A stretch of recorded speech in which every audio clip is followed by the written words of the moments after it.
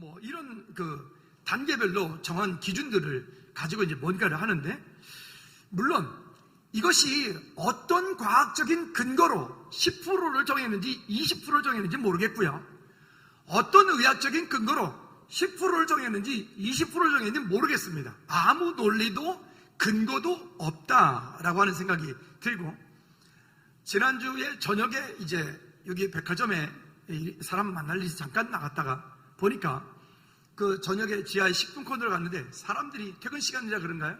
정말 바글바글하게 모여서 거기에 뭐 음식을 먹고 뭐 이렇게 등등 하는 모습들을 보고, 전철, 버스 등등 뭐 이렇게 보면서 이게 무슨 의미가 있나 이런 마음이 들더라고요.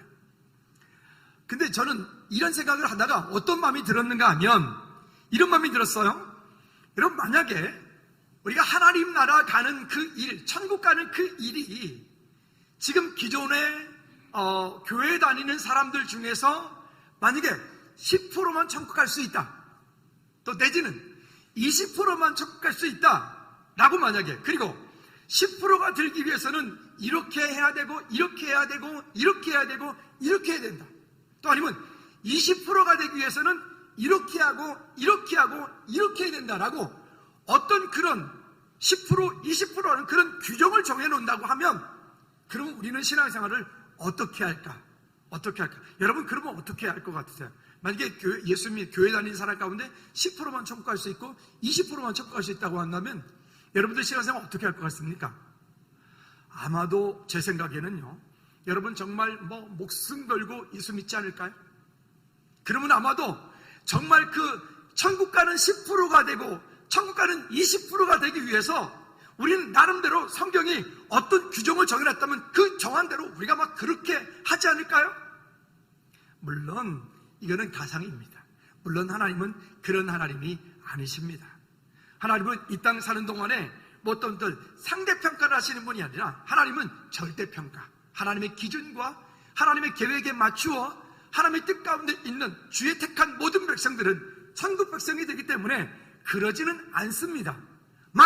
그러나 이런 생각들이 문득 들게 되었어요. 이런 일이 있을 때 우리는 그러면 밥을 안 먹을까? 그럼 우리는 병원을 안 가나? 병원에, 종합병원에 가보니까 종합병원에 사람들이 미지게 터지게 합니다. 주차하는 데만 30분, 40분이 걸립니다. 물론 아픈 것이니까 사람이 많은 것은 당연한 것인데, 그러면 거기는 괜찮을까? 뭐 식당은 괜찮을까? 뭐 등등. 오늘 본문의 말씀을 통해서 오늘 본문의 설교 제목이 그렇습니다. 한번 따라합시다. 너희 믿음이 어디 있느냐? 한 번 더, 너희 믿음이 어디 있느냐? 물론 이 본문의 표현은, 설교 제목의 표현은 누가복음 8장 25절에서 똑같은 이야기를 이렇게 표현한 거고, 오늘 우리가 지금 읽었던 성경 본문 40절 말씀에는 그렇게 말하지 않고 너희가 어찌 믿음이 없느냐라고 말합니다. 여러분, 이 땅을 사는 동안에 하나님의 나라, 주의 택한 백성으로 산다는 것은 우리는 날마다 그 하나님 앞에 우리의 믿음을 보여야 될 때가 참으로 많이 있습니다. 근데 이 하나님의 나라, 특별함에 대하여서는 이거는 세상의 많은 사람들에게 보인 것이 아니라 하나님의 택한 하나님의 주의 백성들에게만 보이셨다는 거예요. 그래서 하나님의 나라는 비밀인 것입니다. 할렐루야. 근데 그 하나님의 나라가 비밀, 그래서 세상의 지혜에 있는 사람들이, 세상의 명예와 권세를, 권력을 가지고 있는 사람들이, 세상의 박사학위를 몇 개 가지고 있는 사람들이 알지 못하도록, 이거는 하나님의 택한 백성들에게만 가르쳐 주신 거란 말이죠. 근데 문제가 있는 거예요. 어떤 문제가 있느냐? 세상 사람들이 하나님의 나라를 알지 못하는 것, 세상 사람들이 예수님을 알지 못하는 것, 세상 사람들이 하나님의 비밀을, 하나님의 나라를 모르는 것은 어찌 보면 너무나 당연한 얘기 아닐까요? 그런데 오늘 본문의 배경 이야기를 가만히 다시 들어가서 보면 그것은 이 하나님의 나라에 대한 이야기를 예수님께서 기껏 설명하시고 배를 타고 풍랑을 가는 가운데 풍랑을 만난 이 배에 타고 있는, 그것도 예수님을 따랐던 제자들이 그 어려움 가운데서, 풍랑 가운데서 주님을 향해서 그들이 믿음의 고백을 하는, 그리고 그들이 반응하는 그 행동의 모습 가운데서 오늘 우리의 모습도 함께 볼 수가 있어요. 이 말을 다시 말하면은 하나님의 자녀가 되어진 우리에게, 또 하나님의 자녀가 되어진 내가 하나님의 나라의 비밀을 모르는 이유는 무엇일까? 하나님의 자녀, 주의 백성이 되어진 내가 이 땅에 사는 동안에 그 천국 비밀을 깨닫지 못하고 능력 있는 그리스도인으로 살고 이 땅 가운데 언약 있는 그리스도인으로 살아야 되는데 그 언약 있는 그리스도로 살지 못하는 이유는 무엇일까? 그래서 이 하나님의 나라는 첫째는 육신과 이성의 눈으로 볼 수 없는 나라다라고 하는 것입니다. 오늘 본문의 배경을 보면 4장 말씀에 보면 여기에 씨 뿌리 있는 자의 비유, 또 등불 교훈, 또 저절로 자라나는 씨의 비유에 대한 이야기, 겨자씨에 대한 비유 이야기, 누룩에 대한 비유, 이런 비유들을 예수님께서 쭉 말씀하시면서 하나님의 나라는 마치 이와 같다. 그러니까 이와 같기 때문에 하나님의 나라는 감추어져 있다. 아무나 볼 수 없는 거예요. 아무나 알 수 없는 거예요. 그게 하나님의 나라에 대한 이야기를 했어요. 그리고 여기 지금 본문에서 등장하고 있는 예수님과 함께 그 배를 타고 있는 그들은 예수님의 주님의 제자들입니다. 그 제자들이 이 땅 가운데, 그 가운데서 그들이 앞에 당했던 문제, 풍랑이라고 하는 문제 가운데 그들이 어떻게 반응했는지에 대한 이야기가 오늘 본문의 이야기입니다. 자, 근데 이 이야기를 할 때 이렇게 말씀을 합니다. 우리가 읽지는 않았지만 11절 말씀에 보면, 본문 11절 말씀에 보면 이렇게 말씀합니다. 시작. 이르시되 하나님 나라의 비밀을 너희에게는 주었으나 외인에게는 모든 것이 비유로 하나니. 즉 이 말이 무슨 얘기냐면 하나님의 나라의 비밀은 하나님의 백성들, 주의 백성들은 알도록 되어 있었지만 그러나 외인들, 예수님이 그리스도라고 고백하지 않은 하나님의 백성들이 아닌 그들은 알지 못하도록 되어 있었다. 여러분, 우리가 지금 보고 있는 이 하나님의 성경은요, 창세기부터 계시록까지가 연대기별로 기록되어 있는 것이 아니라 성경은 구속사의 개념으로 기록되어 있어요. 그러니까 예를 들자면 창세기에 등장하고 있는 아브람이라고 하는 사람과 구약성경 저 뒤쪽에 있는 욥기에 욥이라고 하는 사람은 같은 시대 사람이에요. 그러면 내용으로 보자면 창세기 그 다음에 욥기를 함께 기록했어야 되는데 욥기는 저 끝에 있단 말이죠. 이거는 의도적이에요. 왜? 세상의 지혜자들이 알지 못하도록, 하나님의 백성들이 알도록. 자, 이와 같은 것들, 그러면 이와 같은 것들인데 그러면 세상 사람들이 알지 못하는 것은 어찌 보면 당연한 얘기지만 하나님의 백성인 그리스도인인 저와 여러분들이 이 비유를 깨닫지 못하고 하나님 나라를 알지 못하는 이유, 그 하나님의 자녀 되어진 그 신분과 권세를 우리 삶 가운데 우리가 누리지 못하고 사용하지 못하고 우리가 그렇게 세상 가운데 담대하게 승리하지 못하는 이유, 그 이유에 대해서 19절 말씀에서 우리에게 이렇게 말씀을 합니다. 19절 말씀 다 같이 한번 읽어보도록 할까요? 본문 19절 말씀에 시작. 세상의 염려와 재물의 유혹과 기타 욕심이 들어와 말씀을 막아 결실하지 못하게 되는 자요. 즉 하나님의 백성, 주의 자녀인데, 우리가 주의 백성인데 왜 하나님의 나라, 믿음보다 하나님의 약속의 말씀보다 세상적인 지식과 경험과 어떤 법과 논리, 잘못되어진 어떤 등등의 것들에 우리는 마음을 빼앗기고 거기에 끌려가느냐? 무엇 때문에 끌려가느냐? 이유를 여기서 이렇게 말하는 거야. 세상의 염려와 재물의 유혹과 기타의 욕심들. 하나님을 신뢰하는 믿음보다 이 세상 사는 동안에 우리 안에 가지고 있는 그런 염려, 근심하는 것들, 잘못되어진 생각들, 사상들, 윤리, 도덕, 철학, 아니면 때로는 어떤 법이라고 하는 법으로 이와 같은 것들이 우리로 하여금 하나님의 말씀이 우리 속에 임하지 못하도록, 들어오지 못하도록 막고 있다는 거예요. 여러분, 다시 한번 권면드립니다. 하나님의 말씀보다 우선할 수 있는 것은 이 땅 가운데 아무것도 없습니다. 그러므로 저와 여러분들은 하나님의 말씀이 말씀하는 데까지 가고 하나님의 말씀이 말씀하는 데에 멈추어 서서 그 말씀에 우리가 순종함으로 하나님의 나라의 비밀을 이 땅 가운데 누리는 우리 모두가 되기를 주님의 이름으로 꼭 부탁을 드립니다. 그러면 이것은 세상 사람들이 당연한 얘기라고 했어요. 그러나 하나님의 백성 되어진 저와 여러분들이 하나님의 나라의 비밀을 알지 못하고 말씀의 능력과 말씀의 권위보다 세상의 그 어떤 것에, 지식에, 경험에 우리가 그것에 눌려 있을 때는 오늘 환경에서 바라고 있던 여기에 있는 이런 문제와 같은 어려움들을 저와 여러분들이 당하는 것이죠. 그래서 두 번째는 문제와 환경을 바라볼 때 우리가 어떤 눈으로 바라보아야 되겠느냐. 문제와 환경을 바라볼까요? 자, 본문 37절 말씀에 보면 이렇게 우리에게 말씀을 하고 있습니다. 시작.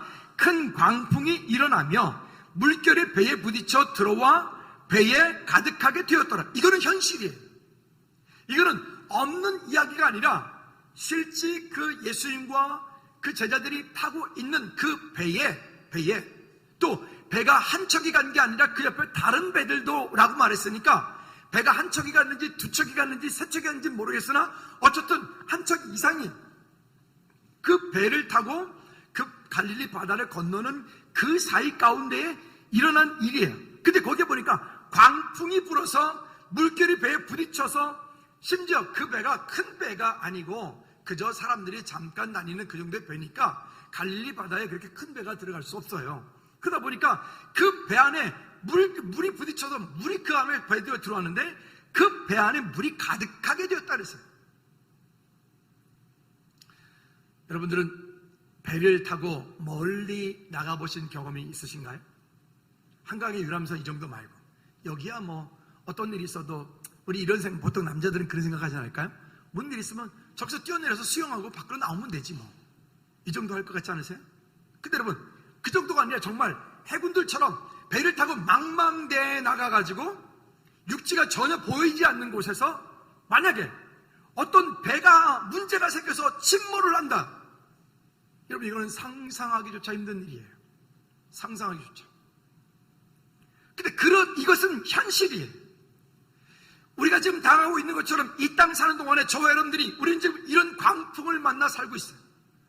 코로나라고 하는 이전까지 겪어보지 못했던 전 지구적으로 이런 큰 광풍을 만난 이런 때에 또 그것뿐이겠습니까?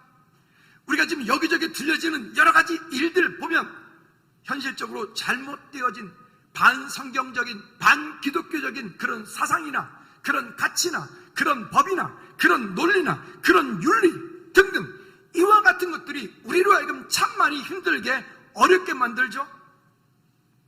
코로나로 인해서 경제적인 것, 우리나라가 OECD 국가 중에서 수출을 지금 제일 많이 하고 있대요. 나라는 그러한데 문제는 뭐죠? 우리 개인들은 거의 대부분의 많은 분들이 특별히 자영업하시는 분들이 어려움을 겪고 있는 게 지금 현실이에요. 이런 우리가 지금 이런 광풍을 만나 살고 있는 거죠. 그뿐이겠습니까? 여러분 영적인 환경은 어떻습니까? 아마도 지구가 만들어진 이래 지금처럼 이렇게 영적으로 혼탁한 시대가 또 있었을까요? 만약에 여러분들이 나중에 자녀를 이렇게 키워서 아이들이 이제 출가를 다 결혼 시집장가 가고 해야 될 텐데 시집장가를 갈 때 만약에 여러분들의 사위가 여자 사위가 들어왔어요. 응? 또 만약에 여러분들의 며느리가 남자 며느리가 들어왔어요. 여러분 어떻게 하실래요? 그거 그냥 그래 뭐 세상은 평등한 세상이니까 뭐 그래 오케이 괜찮아. 그래 뭐 남자 며느리면 어떻고 뭐 그죠 여자 사위면 어떠냐 뭐 그래요? 보셨는지 모르겠는데 그 지난 금요일 밤에 구리시내 전 지역에다가 프랜카드가 걸려 있었어요. 동성애 반대한다. 동성애 합법화하는 거 반대한다. 구리시 경기도가 그걸 합법화하려고 하고 있어요. 프랜카드 쫙 다 붙었어요. 여기도 예안교회 옆에 붙었어요. 여러분 왜 우리가 그렇게 해야 되죠? 왜 우리가 그런 것들과 더불어서 왜 우리가 싸워야 되죠? 여러분 이것을 그냥 내버려 두면 이 세상이 풍랑 만난 세상 똑같아서 그냥 다 그렇게 끌려가요. 그게 문화로 여러분, 참 안타까운 시대를 우리가 살고 있다. 반성경적인, 비성경적인 그런 가치관과 그런 세계관을 가지고 우리가 살아가고 있다. 안타까운 시대를 우리가 살고 있어서 참 우리가 마음이 아픕니다. 이 시대는 어찌 보면 물이 없어서 목마른 시대가 아니라 정말 제대로 마실 수 있는 시원한 물이 없어서 힘든다. 이 시대가 지금 그런 시대가 아니겠나 싶습니다. 가치관들이 다 무너져 있는 시대들. 본문 38절 말씀해 볼까요? 이런 풍랑이 만났을 때 제자들이 예수님을 향해서 어떻게 고백하고 있는지. 자, 시작. 예수께서는 고물에서 베개를 베고 주무시더니 제자들이 깨우며 이르되 선생님이여, 우리가 죽게 된 것을 돌보지 아니하시나이까? 아니, 여기 고물이라고 하는 것은 배의 뒤편을 말하는 거예요. 배의 뒤편. 배의 뒤편에서 예수님은 아마도 사역과 등등의 어떤 것들로 편안하게 주무시고 베개를 베고 편안하게 주무시고 계신 것 같아요. 그러면 이런 문제를 모고 있는데 이 제자들이 예수님을 향해서 예수님을 깨우면서 그 제자들이 하는 이 반응이 참 가관이 아니에요. 만약 내가 그 배에 타고 있었다면, 우리가 만약 그 배, 예수님이 계신 그 배에 타고 있었다면 우리는 어떻게 했을까? 제자들이 예수님을 깨우고 예수님께 이렇게 따지듯 얘기합니다. 선생님이요, 여기에 선생님이요, 주여라고 하지 않고 예수님이라고 하지 않고 선생님이요. 제자들은 지금까지도 예수님을 어떤 분으로 보는 거예요? 그리스도로 보는 게 아니에요. 제자들은 지금까지 예수님을 향해서 볼 때 그저 많은 선지자 중에 한 사람, 그저 많은 랍비들 중에 그냥 한 사람.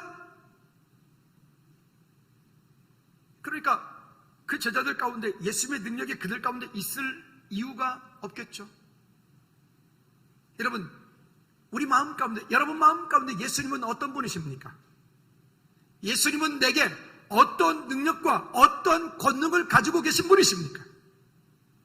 많은 선지자 중에 한 사람? 선생님이요? 그렇습니까? 여러분 따라합시다. 예수님은 그리스도시다. 한 번 더. 예수님은 그리스도시다. 여러분, 예수님은 하나님이셔요. 예수님은 온 우주 만물의 주인이셔요. 온 우주 만물을 다스리시고 주관하시는 분이세요. 그러면 온 우주 만물의 주인 되신 그분께서 그 배에 타고 계시면 제자들이 어떻게 될까요?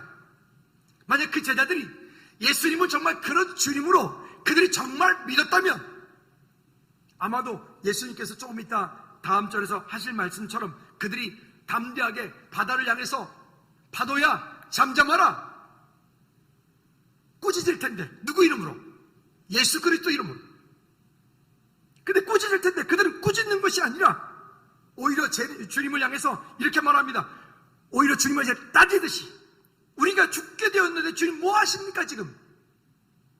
우리가 지금 이 지경 가운데 지금 난리가 났고 지금 빠져 죽게 생겼는데 주님은 지금 뭐 하십니까 지금? 제자들의 말의 표현이 그래요. 여러분, 이럴 때 우리는 어떻게 될까요? 이럴 때 우리는 어떻게 될까요? 먼저 말씀드리죠. 한번 따라합시다. 파도야, 잠잠하라. 고요하라. 할렐루야. 예수님께서 분명히 말씀하십니다. 너희는 가서 내 이름으로 제자를 삼고 아버지와 아들과 성령의 이름으로 세례를 주고, 김용호 이름으로가 아니에요. 그래서 우리는 제자가 되어진다는 것은 김용호 제자가 되는 게 아니라 우리 모두는 다 누구의 제자요? 예수 그리스도의 제자가 되어야 되는 거예요. 우리는 모두가 다, 저도 여러분들도 우리 모두가 다 예수님의 제자가 되어야 되는 거지, 누구 사람의 제자가 되는 게 김용호 제자가 아니에요.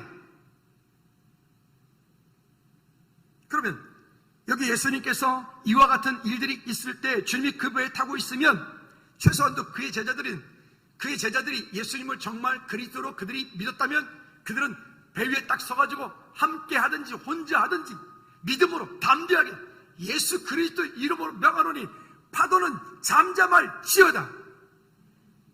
아멘 소리 영 시원찮네. 다시 한번 여러분들이 합시다. 전 가만히 있을게요. 예수 그리스도 이름으로 명하노니 파도는 잠잠할지어다. 짧아요, 그죠? 다시 크게 손가락질해서 예수 그리스도 손가락 한 번씩 들어봐봐요. 시작. 나한테 그러지 마라. 왜 나한테 그래요? 나한테 하지 말고 딴 데로 해요. 예수 그리스도 명하노니 파도는 잠잠할지어다. 시작. 잠깐만, 뭐 국어책 있습니까? 다시 어금니 꽉 깨물고 믿음으로 예수 그리스도 명하노니 파도는 잠잠할지어다. 시작.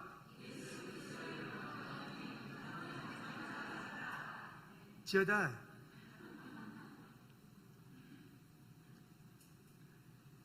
여러분, 이게 우리가 먼저 해야 될 일이란 말이에요. 우리 앞에 인생에 어떤 풍랑이, 어떤 문제가, 어떤 어려움들이, 어떤 문제가 왔을 때 우리는 거기에 그냥 휩쓸려 가지 말고, 끌려가지 말고, 우리가 먼저 해야 될 일은 그 문제 앞에 예수 그리스도 이름으로 담대하게 대적부터 먼저 하시라고요. 그리고 그렇게 했는데 안 될 수 있잖아요. 질병이 왔는데, 경제적인 문제가 왔는데, 환경적인 어려움이 왔는데, 그 일 향해서 주 이름으로 꾸짖고 대적하고 했는데도 어려움이 오잖아요. 그때 우리가 또 해야 될 일은 뭘까요? 주님, 제가 이렇게 했어요. 이렇게 했는데 주님, 여전히 제 안에 이런 일들이 해결되지 않고 있어요. 라고 주님께 은혜를 구해야 되지 않을까요? 여러분, 하나님의 은혜 가운데 다시 한번 저와 여러분들 믿음으로 서기를 주님의 놓고 부탁을 드립니다. 여러분, 주님을 신뢰하는 믿음보다 내 문제가 크면 우리는 세상 가운데서 이리 치고 저리 치고 이리 맞고 저리 맞고, 그러나 그 문제가 주님 보실 때 아무것도 아니면 이건 문제가 될 게 없어요. 제가 웬만한 교회 전기들은 웬만한 건 좀 맞아요. 웬만한 거는. 근데 가끔 기술적인 게 있어요. 근데 기술적인 게 있을 때는 제가 신호 집사님한테 얘기를 해요. 집사님, 여기 콘센트가, 제가 콘센트가 여기저기 필요해서 만들 때 많이 만든다고 만들었는데, 필요할 때 콘센트가 없는 거예요. 요 기둥에도 있어야 되는데 없고, 요 기둥에도 있어야 되는데 없고, 뭐 없는 거예요. 2층에도 뭐 하나 있어야 되는데 없어요. 그래서 집사님한테 물었어요. 집사님, 여기 그 형광등이 하나가 24시간 켜지는 게 있는데 물려도 되냐? 집사님이 가능은 한데 가급적 그거는 안 하는 게 좋고, 그러려면 거기에 전기를 찾아야 됩니다. 제가 그 말이 뭔지 알아요. 왜 제가 집사님께 여쭙죠? 집사님 그 일이 전문가시니까. 그래서 집사님이 한마디 딱 하시죠. 목사님 그냥 냅두세요. 제가 알아서 할게요. 끝났어. 제가 한번 이상하게 투박하게 만들었는데 집사님이 그냥 오셔가지고 깔끔하게 딱 만들어 그렇죠. 뭐 우리 교회 이제 이 전문가들이 계시잖아요. 우리 교회 뭐 여러 가지 에어컨 여기저기 문제가 있잖아요. 그러면 이렇게 제가 뭐 어떻게, 저는 뭐 저건 몰라요. 그냥 끄고 켜고 뭐 또 철거할 때 잘라버리고 뭐 이건 잘해요. 근데 만드는 건 잘 못해요. 그럼 제가 또 간단하죠. 양문 집사님께, 집사님 이래요, 어떻게 해요? 집사님이 항상 대답이 이러세요. 목사님 냅두세요. 그렇죠. 제가 냅둘 수밖에 없어요. 제가 뭐 할 줄 알아야지 뭐. 어쩔 수 없잖아요. 여러분, 내가 내 문제를 해결할 수 없을 때가 너무나 많잖아요. 그때 우리가 해야 될 일은 주님을 신뢰하는 거잖아요. 그런 저와 여러분들 되어지기를 다시 한번 주님의 꼭 부탁을 드립니다. 할렐루야. 우리는 우리의 어떤 행위를 통해서 뭔가를 이루려고 하는 그런 종교적인 습성들이 우리 모두는 다 가지고 있습니다. 그러나 이건 착각입니다. 왜냐하면 우리의 악이, 우리가 악한 일을 많이 한다 해서 하나님의 사랑이 줄어들 수 있느냐? 그럴 수 없고요. 또 우리가 선한 일을 많이 한다 해서 하나님의 사랑을 더 크게 만들 수 있느냐? 아니요, 그것도 아닙니다. 우리는 우리가 실패한다고 하나님이 덜 우리를 사랑하시고, 우리가 성공한다고 하나님 우리를 더 사랑하시는 그런 하나님이 아니시고요. 어떤 경우는 거꾸로일 수도 있어요. 거꾸로 우리가 이 땅 가운데서 정말 성공하면 성공할수록 하나님하고 점점 더 멀어져서 하나님과 좀 멀리 떠나는 경우도 정말 많고요. 그러나 오히려 우리가 힘들고 어려울 때 하나님의 위로가, 하나님의 은혜가 있어서 그 사랑 가운데 우리가 기쁨으로 감사로 서는 경우도 더 많죠. 어쨌든 이런 일들이 있어요. 그래서 하나님의 사랑은 끝이 없는 사랑이다 라고 고백합니다. 지난주에 우리 사역자 카톡방에 전사님이 여러분 한번 찾아보십시오. 유튜브에 들어가서도 중독이라고 하는 걸 치면 기독교 다큐멘터리라 가지고 영화처럼 만든 짧은 이게 있어요. 중독이라고 하는 건데요. 김상철 감독이라는 분이 제작을 했는데 약물 중독, 마약 중독, 뭐 여러 가지 중독들에 대한 이야기를 이렇게 다큐처럼 해서 인터뷰를 한 내용들을 엮어가지고 그저 한 편에 짧게 올려놓았습니다. 근데 거기에 중간에 어떤 한 여자 자매가 나와서 중독되었다가 회복이 되고 있는 그가 이런 고백을 합니다. 하나님은 내가 잘못하나 못하나 잘하나 못하나 깨끗하나 더러우나 어제나 오늘이나 영원히 사랑이십니다. 그는 노숙자였었어요. 그는 인생을 포기했던 자매였어요. 그랬던 그가 그래서 알코올 중독, 마약 중독, 게임 중독, 음란물 중독 등 이와 같은 중독은 거기에서는 그분은 뭐라고 진단을 내면 이것은 한번 따라합시다. 중독은 영혼의 병이다. 그러니까 중독, 이 세상에 우리가 하나님보다 우선하고 있는 어떤 모든 것들의 중독은 영혼의 병이다. 영혼의 병이기 때문에 그러므로 이 영혼의 병은 하나님을 만날 때만 비로소 회복이 될 수 있다라고 하는 거예요. 제가 그 이야기에 상당히 공감을 하고 그래 맞다. 하나님을 만날 때만 회복될 수 있는 것이다. 그래서 하나님의 사랑으로 성령의 도우심을 따라 그 하나님의 인도하심 따라 그 가운데 올 때에 그 중독이라고 하는 것을 그것을 이길 수 있는 힘들이 그 일을 사역을 하고 있는 LA 어떤 목사님이 계시는데 한인 목사님 나오시는데 근데 그분이 옛날에 그렇게 마약을 했던 분이에요. 그분이 옛날에 마약 중책 여기저기 이렇게 판매하는 판매책이었던 분이었어요. 근데 그가 하나님 만나고 돌아온 이후에 그가 그들을 돕는 사역을 하고 있는 거예요. 근데 거기에서 이런 얘기를 하는 거예요. 역시나 이런 중독, 이와 같은 것들, 이거는 영적인 병이다. 그 영적인 병이기 때문에 영적인 병은 결국 이거는 하나님을 만날 때만 비로소 회복될 수 있는 것이다. 전도에 대한 얘기를 하다가 이런 얘기를 하더라고요. 여러분, 잃어버린 양을 찾자. 우리가 그런 얘기 많이 하는데 잃어버린 양이 왜 잃어버렸죠? 그 양이 뭘 모르니까요? 집을 모르니까 잊어버린 거예요. 그럼 집을 잃어버린 그 양에게 우리가 여기 서가지고 이렇게 말하죠. 방송을 해요. 야, 집 여기니까 돌아와. 아니 거기 있으면 안 돼. 돌아올까요? 못 돌아와요. 왜? 그 소리가 안 들려요. 어딘지 몰라요. 방향을 잃었어요. 그러면 그를 알고 있는 우리가 어떻게 될까요? 그에게 찾아가야 돼요. 그에게 찾아가서 뭐라고 얘기해야 돼요? 여기가 집이야. 여기가 우리가 가야 될 곳이야. 우리는 이렇게 예배해야 돼. 그렇게 그 길을 안내해야 되는 거죠. 여러분, 그래서 잃은 양은 스스로 찾아올 수가 없기 때문에 그래서 우리가 그들을 돕고 세워가는 일들을 해야 되는 것이죠. 왜? 문제와 환경 가운데 빠져있는 그와 같은 잃은 양들이 우리 주변 가운데 널려 있으니까요. 세 번째는 너희 믿음이 어디 있느냐라고 주님 책망하세요.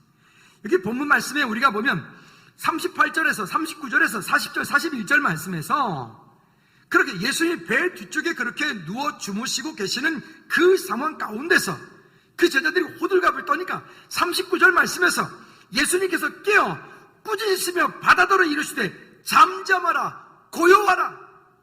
한번 따라합시다. 잠잠하라 고요하라. 여러분, 예수님께서 일어나시자마자 그 바다를 꾸짖으며 잠잠하라 고요하라. 근데 주님 뭐라고 말씀하시냐면 너희는 나보다 더 큰 일도 행하여야 하리. 아멘. 그건 주님만이 하시는 거야. 예, 물론 주님만이 하시는 놀라운 일들이 있으세요. 근데 주님은 우리에게 너희는 나보다 더 큰 일도 행하여야 하리. 그리고 우리가 이 땅 가운데서 우리 앞에 있는 문제들에 대해서 꾸짖을 수 있는 이유는 예수 그리스도 이름으로 따라합시다. 예수 그리스도 이름으로 명하노니 파도야, 바다야, 코로나야, 잠잠할 찌어다. 아니 그냥 찌어다 이렇게 해가지고는 뭐 가다가도 다시 돌아올 것 같아요. 다시 코로나야, 잠잠할 찌어다, 떠나갈 찌어다. 할렐루야. 우리의 마음이 빼앗겨버리면 다 빼앗겨버리잖아요. 마음을 빼앗겨버리면 이 땅 가운데 우리가 지킬 수 있는 것이 아무것도 없잖아요. 여러분, 이런 일들을 우리가 바라보면서 우리가 어떻게 해야 될까? 어떻게? 오죽하면 예수님께서 그의 제자들에게 말씀하십니다. 너희가 어찌 믿음이 없냐? 누가복음 8장 25절 말씀 표현대로 하면 똑같은 얘기를 누가복음 8장 25절에는 너희가 어찌 믿음이 없느냐? 근데 오늘 우리가 마가복음 4장 말씀에서는 여기에서는 너희가 어찌 믿음이 없느냐? 한번 자기 자신에게 한번 이렇게 질문해 보십시다. 너희 믿음이 어디 있느냐? 너희가 어찌 믿음이 없느냐? 여러분, 문제보다 더 크신 하나님, 문제를 다스리시고 주관하시는 그 주님, 내 문제보다 주님이 더 작으신가요? 한번 다시 여쭤볼게요. 여러분, 코로나보다 주님이 그렇게 능력이 없으신 분이신가요? 물론 우리 그리스도인들도 질병이 걸리고요, 그리스도인들도 코로나 걸리고요, 그게 문제가 아니잖아요. 40절 말씀에서 이렇게 말씀하잖아요. 이에 제자들에게 이르시되 어찌하여 이렇게 무서워하느냐? 어찌하여 무서워하느냐? 그 다음에 너희가 어찌 믿음이 없느냐? 우리는 무엇을 무서워하며 두려워합니까? 지금 무엇이? 아까도 제가 서두에 말씀드렸던, 만약 교회 다니는 사람 가운데 10%만 구원받을 수 있다, 20%만 구원받을 수 있다, 그런다면요, 여러분 어떡하실래요? 코로나가 문제입니까? 지금 천국이 문제지 아니에요. 만약 정말 20%만 구원받고 나머지는 구원받지 못한다, 코로나가 문제냐고요. 코로나 핑계로 나름대로 이런저런 핑계될 게 많잖아요. 제가 진짜 두려운 것은 코로나가 아니라 그로 인하여서 하나님을 떠나는 것이 진짜 두려운 거예요. 코로나를 핑계로 인하여서 하나님이 예배하지 않는 것이 더 두려운 거예요. 코로나라고 하는 이것 때문에 여기저기 보이지 않게 타협하는 것이 진짜 더 무서운 거예요. 누가복음 14장 18절로 20절까지 말씀에 보면 왕이 천국잔치를 벌려놓고 사람을 청하는 얘기가 나오죠. 지금과 똑같은 것 같아요. 같이 한번 볼까요? 누가복음 14장 18절로 20절 같이 읽어볼까요? 시작. 다 일치하게 사양하여 한 사람은 이르되 나는 밭을 샀음에 아무래도 나가보아야 하겠으니 청컨대 나를 양해하도록 하라 하고, 그 다음에 또 한 사람은 이르되 나는 소 5겨리를 샀음에 시험하러 가니 청하건대 나를 양해하도록 하라 하고, 또 한 사람은 이르되 나는 장가 들었으니 그러므로 가지 못하겠노라 하는지라. 여러분, 이 성경이 쓰여지는 당시에 여기 지금 3가지 얘기를 했는데 이 3가지는 가장 바쁜 일이에요. 이 방금 보았던 밭을 샀다, 그 밭을 샀기 때문에 그 밭에 일하러 가야 되는 거예요. 또 나는 소 5겨리를 샀다, 그 소 5겨리를 샀기 때문에 소를 시험하러 가야 돼. 시험하러 간다는 게 뭐냐면 이런 거예요. 지금이야 다 농기구로 기계가 다 하지만 예전에는 다 소, 짐승들이 마차도 끌고 다니고 밭도 갈고 논도 갈고 했잖아요. 근데 그게 그냥 소가 그냥 훈련도 안 된 그런 소가 끌 수 있는 게 아니라고요. 제가 어릴 때 보니까 우리 집에 소가 이제는 어느 정도 커서 얘를 좀 이렇게 밭을 갈게 하고 논을 갈게 하고 수레를 끌게 하려면 여기 멍에를 매게 하죠. 멍에를 매게 하는데 그게 소가 그 멍에를 안 매려고 그런다고요. 매겠어요? 여러분 같으면 매겠어요? 안 매죠? 그러면 사람들이 어떻게 하죠? 콧뚜레를 뚫어가지고 꼼짝 못하게 끄집어 끌고 가면서 거기다 강제로 그냥 멍에를 뒤집어 씌워가지고 그걸 끌고 다니면 훈련을 시켜요. 밭 갈 때도 논 갈 때도 보면 그렇게 처음 논을 새끼를 이렇게 가는 그런 소가 있으면 이게 두 마리가 보통 이렇게 해요. 그러면 한 놈은 얘는 훈련된 놈이니까 지가 알아서 가. 얘가 이제 막 훈련하는 소예요. 그러면 이 소를 갖다가 주인이 뒤에서 한 사람이 쟁기 끌고 뒤에서 소가 이게 잘 안 끄니까 어떻게 하냐면 이 콧줄에 뚫었다 그랬죠. 뚫은 걸 한 사람이 그걸 끄집고 가버려. 그럼 얘는 아프리카 끌려가는 거예요. 그렇게 하면서 훈련을 시켜서 그 소가 이제 밭을 끌고 갈고 논을 갈고 수레를 끌고 하는 거죠. 어제 뉴스를 보니까 참 안타까운 뉴스가 나더라고요. 올림픽이 오늘 끝나는데 보니까 독일의 어떤 선수가 오전 경기를 하는데 이분이 보니까 다 뭐 성적이 좋아요. 메달권 있는 분인데 근데 거기서 마작이라고 하죠. 말을 타고서 장애물을 넘는 그런 코스도 이제 하는데 근데 그게 자기가 평상시에 탔던 말이 아니고 거기서 추첨을 통해 가지고 그 추첨되어진 말을 타고 그 마작 경기를 해야 되는 거예요. 근데 이 선수가 얼마나 말을 많이 탔겠어요. 이 사람 프로인데 근데 그가 뽑았던 이 말이 올라앉아가지고 가야 되는데 20분 동안 서로 말하고 스킨십을 하고 그런 다음에 말을 타고 가야 되는데 이놈의 말이 가라 그래도 안 가고 앞으로 가라 그러면 뒤로 가고 옆으로 가자 그러면 옆으로 가고 아니 뉴스에 보니까 그래요. 이 선수가 위해서 우는 거야. 얼마나 마음이 아플까. 우는 거예요. 그다음 어떻게 가지고 이제 출발을 했어. 한참은 몇 개를 딱 넘더니 그 다음부터는 그 앞에 딱 서가지고 안 가. 또 그리고 뒤로 가 다시.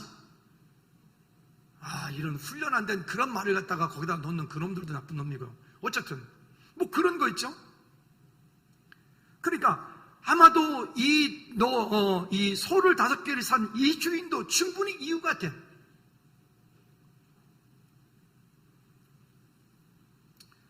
목사님 우리 아들이 고3이 됐고 우리 딸이 고3이 됐고 지금 재수를 하기 때문에 1년 동안 주일날 학원을 가야 돼서 주일날 예배를 못 드리겠어요.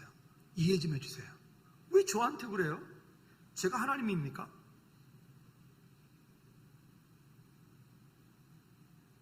가끔 저를 그렇게 예수님의 자리에 올려놓으시는 분들이 계세요. 저 두렵습니다. 저한테 그러지 마세요.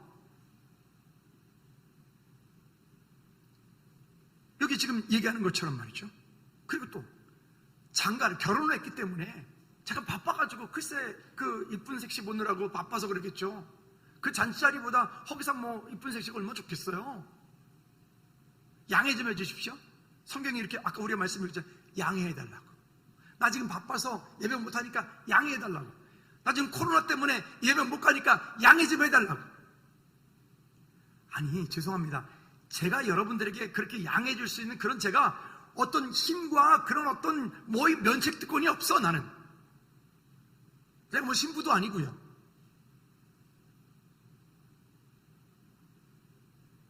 여러분 진짜 두려운 게 그런 거예요. 진짜 무서운 거가.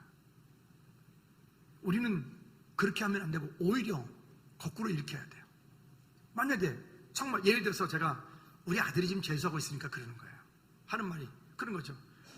학원에서 주일날 해야 된다. 그러면 당당하게 전화해서 왜 못합니까? 우리 아들은 주일날 예배를 해야 되기 때문에 주일날 오전엔 그 학원 못 갑니다. 안 보냅니다. 왜 그렇게 말 못하죠? 아니 왜 그리스도인이라고 당당하게 말 못하죠? 웃는 사람은 지금 알고 아직 안 웃는 사람은 아직 형광등이네. 아니 왜 말 못하냐고. 게시판에 한번 가서 보세요. 여러분 우리는 그리스도인입니다. 할렐루야. 코로나가 우리를 예배하는 것을 막을 수 없어요. 그러니까 그런 것 때문에 우리가 예배 삼부하자 그러잖아요.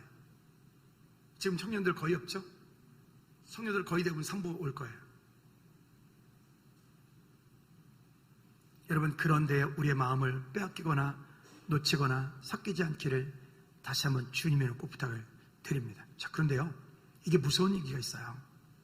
마태복음 22장 13절 말씀에 보면요 뭐라고 이렇게 똑같은 이야기에 마태복음에서는 좀 더 긴 얘기인데요 아까 우리가 말씀드린 소 사고 결혼하고 막 깔고 가야 되고 이런 사람들에게 근데 그때 이렇게 말을 해요. 시작. 임금이 사원들에게 말하되 손발을 묶어 바깥 어두운 데에 내 던지라. 거기서 슬피 울며 이를 갈게 되리라 하느니라.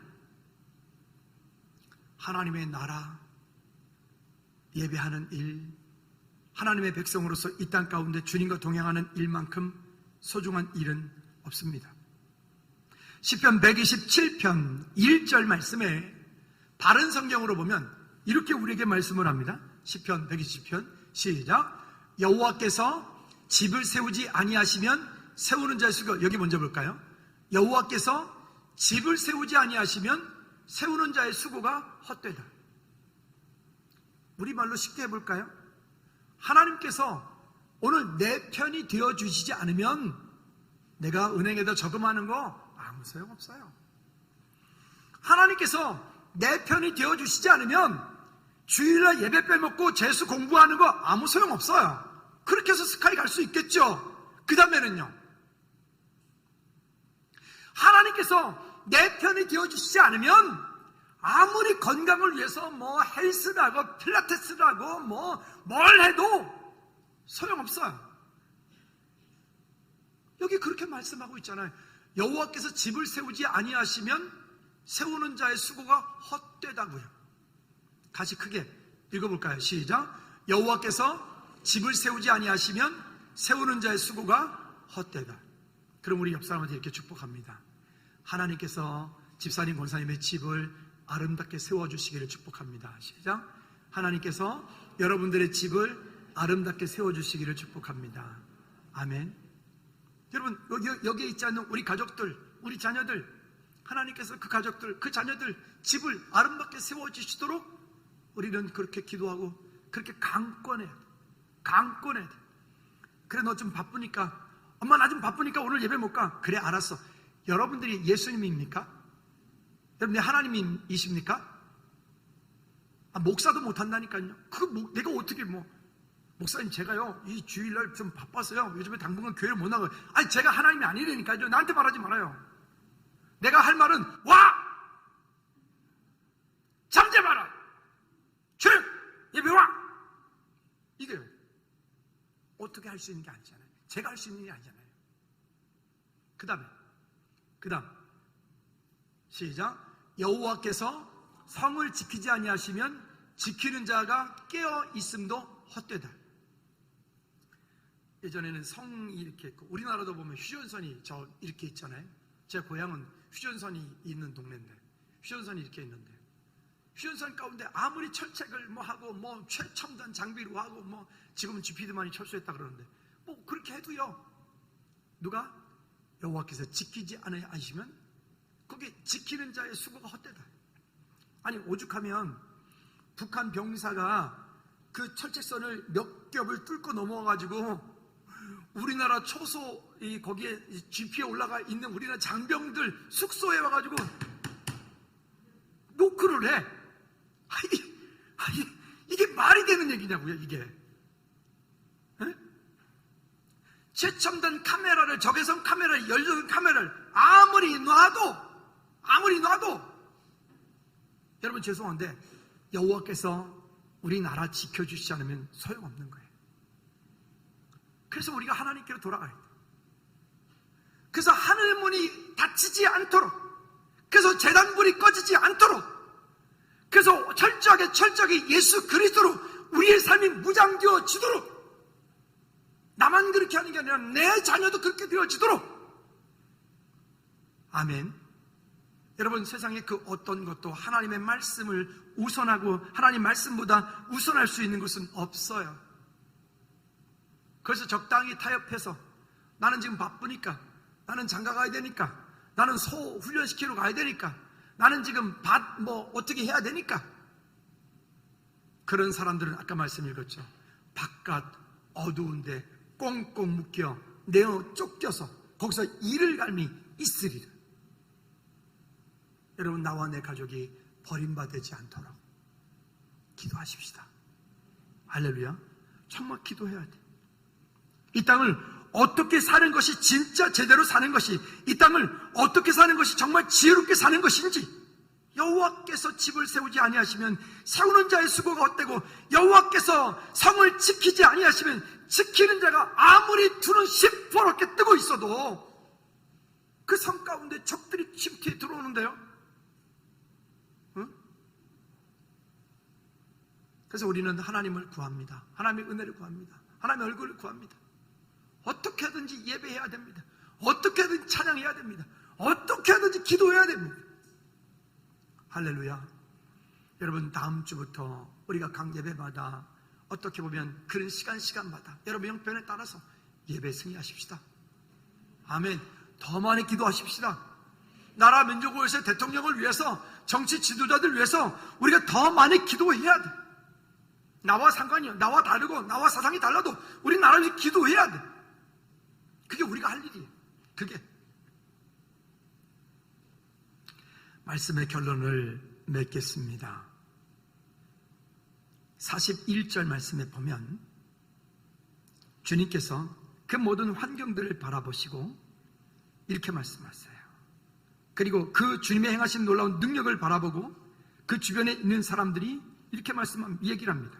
그들이 심히 두려워하여 서로 말하되 그가 누구이기에 바람과 바다도 순종하는가 하였더라. 할렐루야. 여러분, 오늘 이와 같은 이 광풍 만난 이 코로나로 인하여서 이 광풍 만난 이 시대에 오히려 이 일 때문에 그리스도인들은 다르구나, 이 일 때문에 그리스도인들은 우리와는 정말 차원이 다른 삶을 그들은 더 잘하는구나. 여러분, 그런 저와 여러분들이 됐으면 좋겠어요. 세상적인 어떤 환경 가운데 비굴하게 끌려가는 게 아니라 거기에 지금 어떻게 못해서 그냥 멋쩍어서 그냥 그렇게 그냥 쭈삣쭈삣하는 게 아니라 오히려 세상 속에서 하나님을 향한 믿음의 고백들이 있는 저와 여러분들이 되기를 주님의 이름으로 부탁을 드립니다. 우리 찬양하고 기도하는 시간 갖도록 합시다. 찬양팀 나오십시다. 세상 흔들리고 사람들은 변해도 나는 주를 섬기리라고 이렇게 고백을 하고 있는데, 이런 고백들이 그냥 우리 안에서 믿음의 고백들로 담대하게 고백되어지는 저와 여러분들 되어지기를 바랍니다. 우리 찬양합시다.